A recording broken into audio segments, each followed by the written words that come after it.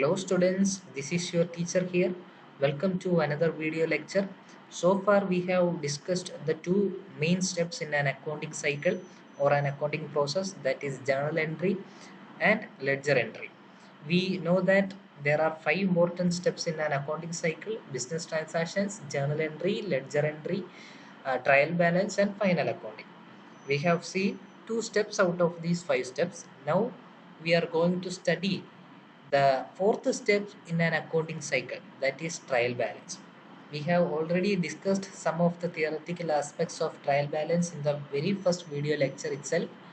And I had said that a trial balance is generally used to know the true position of an organization, or it can be said that a trial balance is generally prepared to know the exact position of an organization.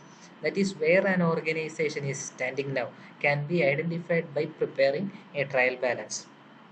Coming to trial balance, a trial balance is not an account, but it is a statement. One of the very important point of a trial balance is that a trial balance should always tally.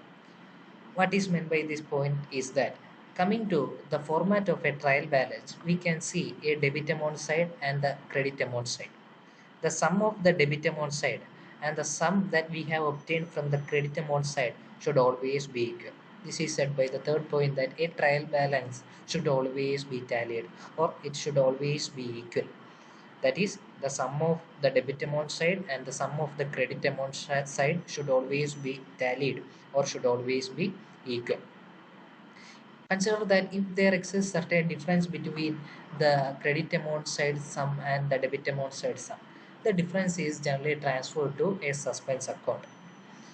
For what the trial balance is using, as we have already discussed in the very first video lecture, that a trial balance is generally used to find the misleadings, manipulations, mistakes that we have made in the journal entry step and the ledger entry step. That is, if we have the transaction that we have made from the journal entry step and the ledger entry step, if there exist certain mistakes, these mistakes can be identified by preparing a trial balance.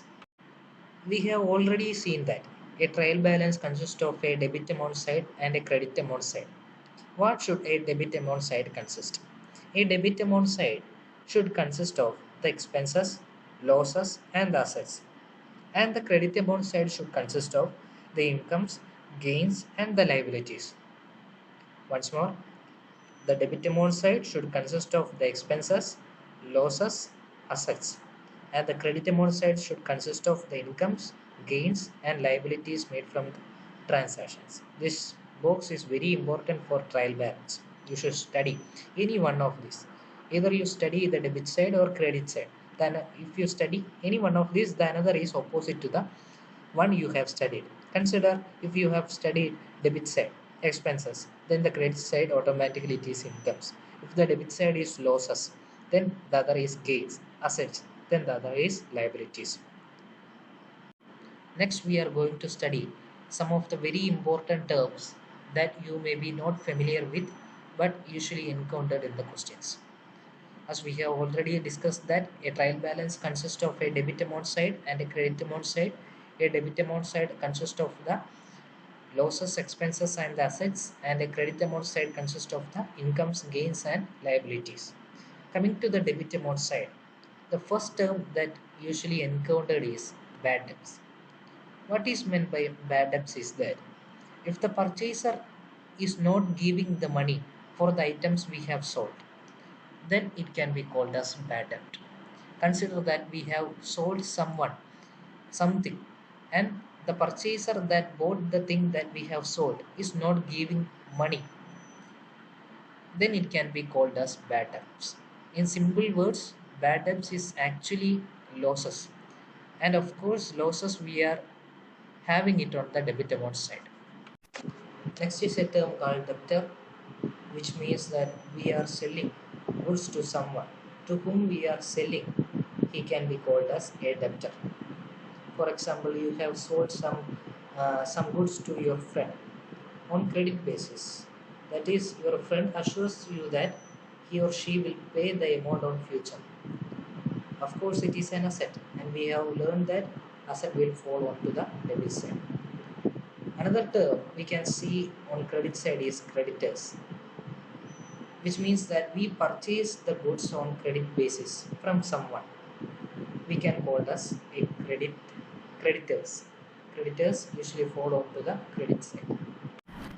Then we are going to have two terms called carriage outwards, carriage inwards. This can be also called as transportation outwards, transportation inwards.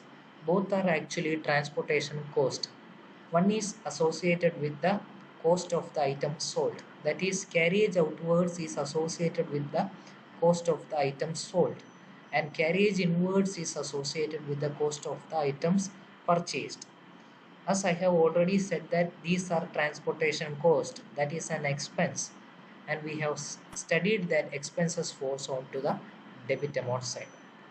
Then we are coming up with a term called returns inward, which actually finds similar to another term called sales returns, which means that we have sold some goods to a customer and the customer finds unsatisfied with the goods that we have provided, therefore he or she returns that goods to us.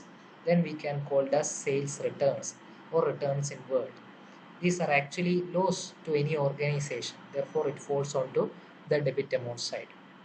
A similar term but opposite in sense, like returns inward, could be found on credit side, that is returns outwards or purchase returns.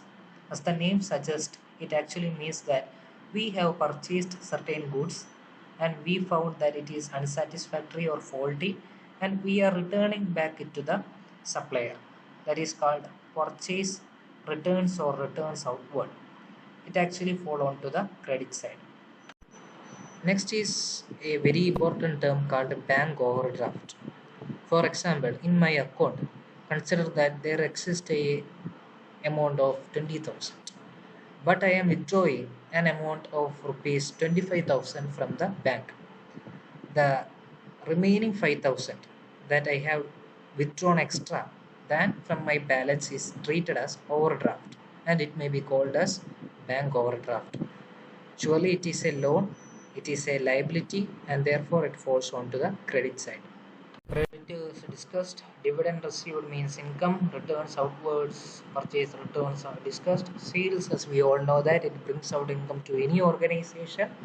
Therefore, on credit side, it should be noted that sales is on credit side, sales returns is on debit side, purchases is on the debit side, purchases returns on credit side, and also returns inward on debit side, returns outward on credit side. These are the important terms that are usually encountered in the questions that you may not be familiar with. In the next video, we are going to solve certain questions related to trial balance. Thank you.